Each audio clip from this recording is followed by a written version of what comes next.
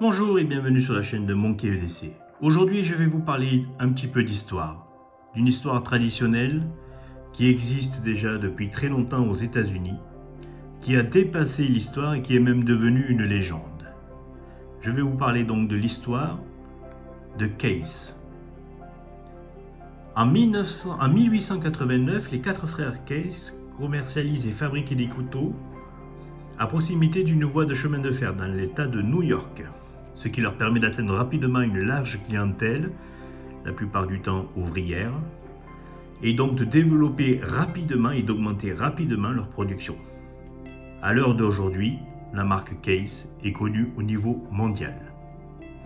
Pour la petite histoire, ces couteaux donc sont fabriqués aux États-Unis depuis déjà plus d'un siècle, dans la ville de Bradford, en Pennsylvanie, aux USA. Le couteau est connu aux États-Unis comme étant le couteau typique grand-père. Chaque case est fabriqué à la main, est assemblé à la main, et donc chaque couteau a son caractère et sa particularité. C'est ce qui a fait la force de cette marque et qui a permis à cette marque de se développer. Case fabriquait des couteaux pour différents métiers et différentes utilisations, bien sûr. On peut les trouver, même des couteaux, ils ont été fabriqués pour la guerre du Vietnam, et ils ont même fabriqué, ou même la Seconde Guerre mondiale, et ils ont même fabriqué des couteaux pour la NASA. Donc, effectivement, c'est quand même une marque qui est assez connue. Pour la petite histoire, sur tous les emballages et sur tous les couteaux Case, on a ce double X, qui en fait signifie, c'est un rituel qui est resté dans la tradition de la marque. En fait, lorsque le couteau était fabriqué, la lame était fabriquée, elle était donc mise à température, et lorsqu'elle était atteinte à température, on lui tapait sur la lame un premier X.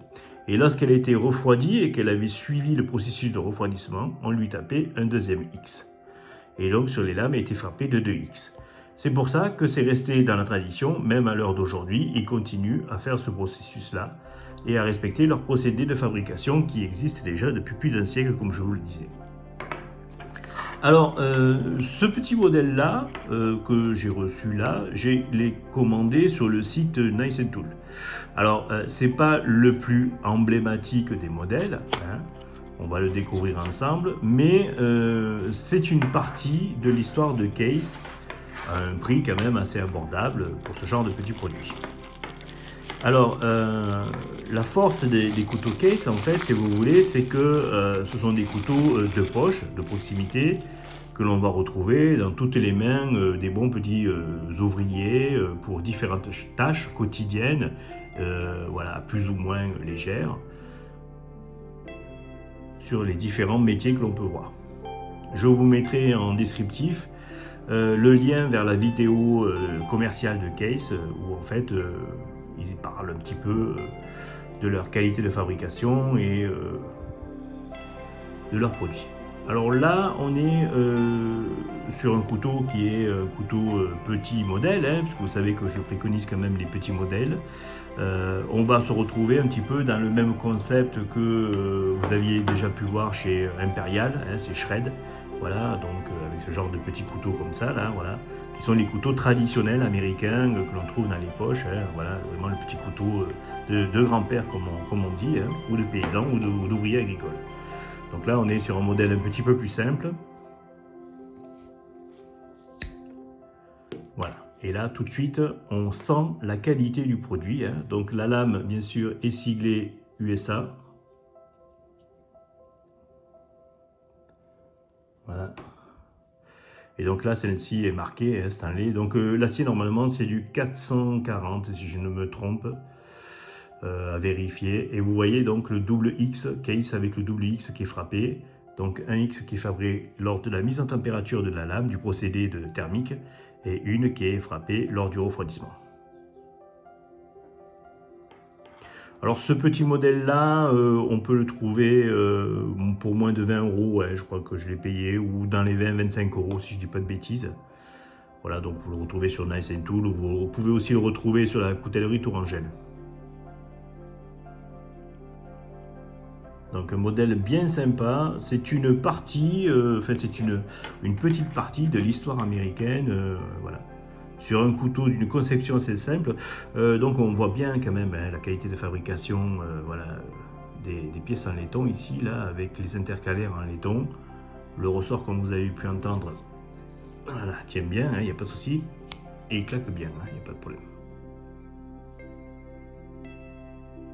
Il y a vraiment une bonne qualité de fabrication, regardez, il n'y a rien, il n'y a pas de jeu, c'est vraiment tout affleuré, c'est vraiment une superbe petite pièce pour un prix tout à fait abordable.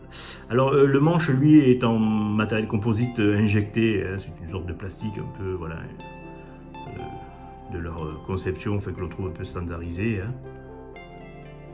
Mais voilà, je découvre avec vous, vous voyez, c'est vraiment, vraiment très très bien fini. Et puis alors, ça accroche, il n'y a pas de souci. Hein. Ça accroche bien au niveau de la lame. Alors en fait, il n'y a rien marqué sur la lame de la composition, puisqu'en fait, c'est le procédé le plus simple. Hein. Il marque juste Stanley, ce qui est typique aux États-Unis de marquer comme ça sur les lames. C'est juste qu'en fait, c'est du 440 ou du 420 avec un traitement un peu spécial. Le même acier que l'on va retrouver sur les bucks, en fait, tout simplement. Voilà. C'est exactement le même acier qu'on va retrouver sur les couteaux buck. Donc, hop, vous voyez au niveau de la main, il ne dépasse pas. Hein. Bon, moi j'ai une petite main. Hein. Voilà, donc là, pour ce modèle-là, on est sur le Case Sod Buster Junior. Donc, le manche, ils appellent ça du Jet Black synthétique. Hein. Voilà. C'est un procédé qu'ils ont développé. On est sur un poids de 60 grammes, donc c'est vachement léger, il n'y a aucun souci. Il y a un bon équilibre du couteau. On est sur une lame de 7,1 cm.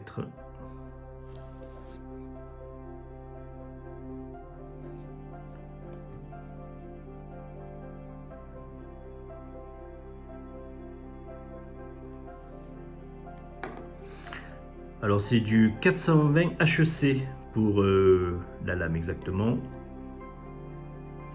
Et donc la lame, ils appellent ça, donc c'est une marque de chez eux, enfin c'est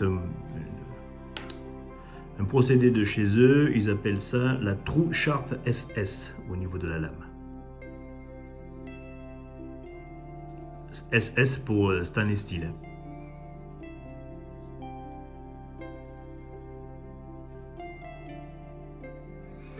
Voilà, donc en fait c'est le même acier que le 420 HRS qu'on peut trouver chez Buck. Alors la capacité de cet acier, c'est qu'en fait il est plus facile à aiguiser. Et il donne rapidement un tranchant acéré. Ce qui est important pour un outil, un couteau qui est utilisé traditionnellement pour les petites tâches ouvrières, hein, agricoles ou diverses.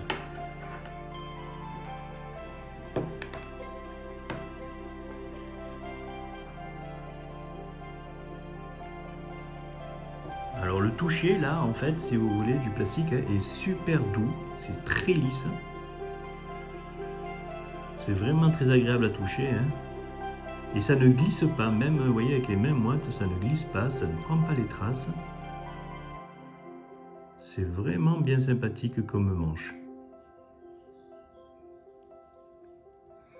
Là, on a véritablement du pur traditionnel américain, fabriqué et assemblé aux États-Unis. Un peu comme les Buck, quoi. Et alors au niveau du prix, je me suis trompé, excusez-moi. Donc on est plutôt sur un tarif à 32,99 € pour ce modèle-là.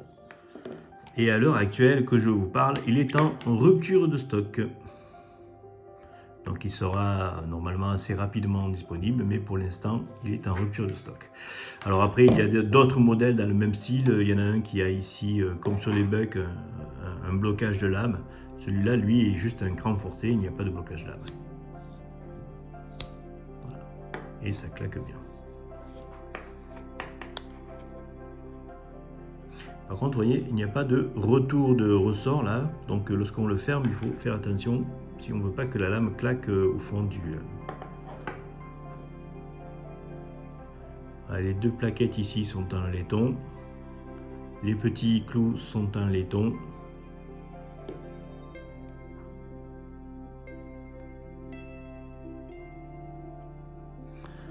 Voilà, en comparaison avec l'Impérial, hein, donc on est quand même sur un modèle plus petit au niveau de l'Impérial.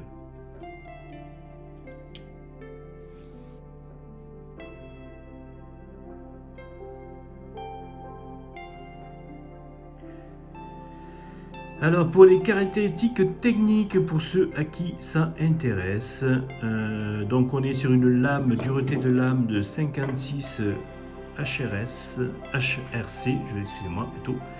On est sur un poids de 60 grammes, on est sur une hauteur de lame de 1,5 cm, sur une longueur de lame de 7,1 cm. Longueur totale du couteau fermé, on est sur 9,2 cm.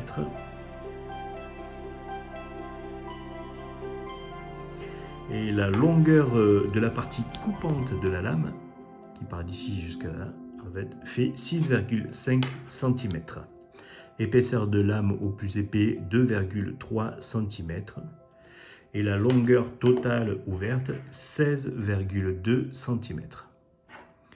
Ce qui correspond exactement au type de couteau que moi j'utilise pour la table. Hein. C'est pour moi la dimension parfaite. Alors, petite particularité aussi à savoir sur ces couteaux-là, c'est que Case garantit leur couteau à vie. Voilà, comme fait Victorinox. Donc, quel que soit leur produit, ils sont garantis à vie.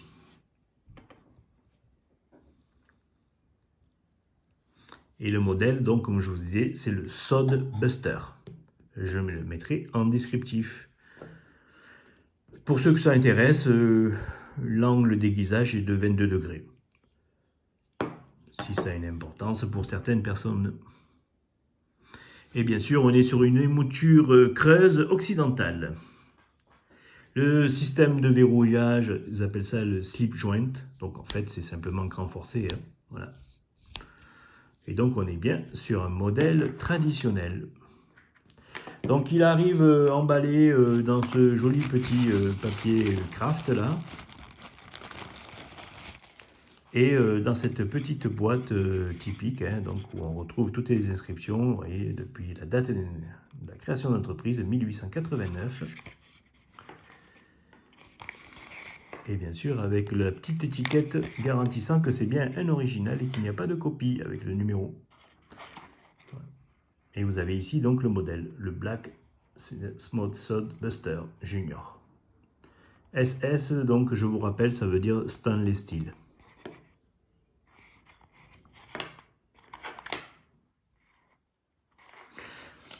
Donc dedans on va retrouver petit certificat voilà, de leur modèle. Hein. Donc vous voyez, on va retrouver, comme je vous disais, des petits modèles traditionnels un peu comme... alors celui-là, bien sûr, c'est un Impérial, hein, c'est la sous-marque de Shred, qui est, elle, fabriquée en Chine par contre. Hein. Lui, il est fabriqué aux États-Unis. Enfin, ça, c'est fabriqué en Chine. Mais donc, on va faire les mêmes modèles de ce style-là. Bon, par contre, le prix, bien sûr, n'est pas le même, hein, puisque... ce petit modèle-là, c'est Shred, on va se retrouver au niveau du tarif, on avoisine les moins de 20 €, et pour ces modèles-là, on atteint rapidement les 60 à 80 €. Vous avez aussi donc leur couteau, donc ça c'est un des modèles assez classiques de chez eux, hein, qui est connu. Et donc voilà, on va avoir aussi les petits modèles traditionnels comme celui-là.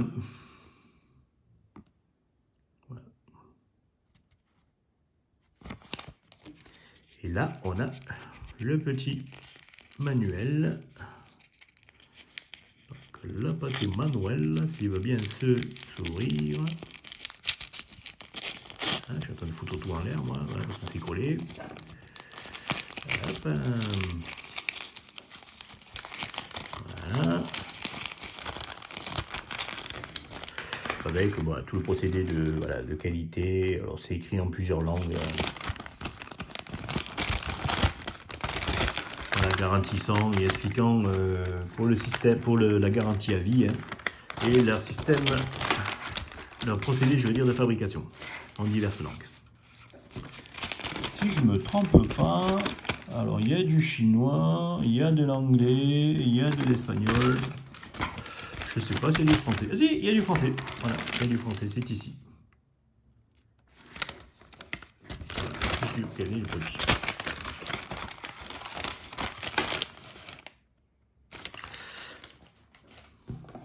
Donc voilà, très joli petit modèle que moi je trouve super sympa. Donc il va bien sûr entrer dans ma rotation des petits couteaux comme celui-là. Hein, donc j'utilise là aujourd'hui par exemple, j'étais dans mon mode d'essai avec ce modèle-là.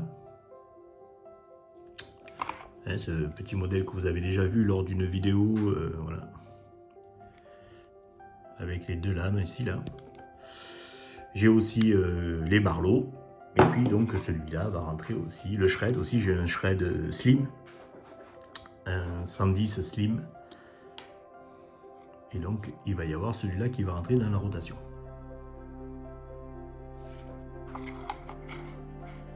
Voilà, je vous laisse sur ces quelques images. Si vous avez des questions, des commentaires, n'hésitez pas.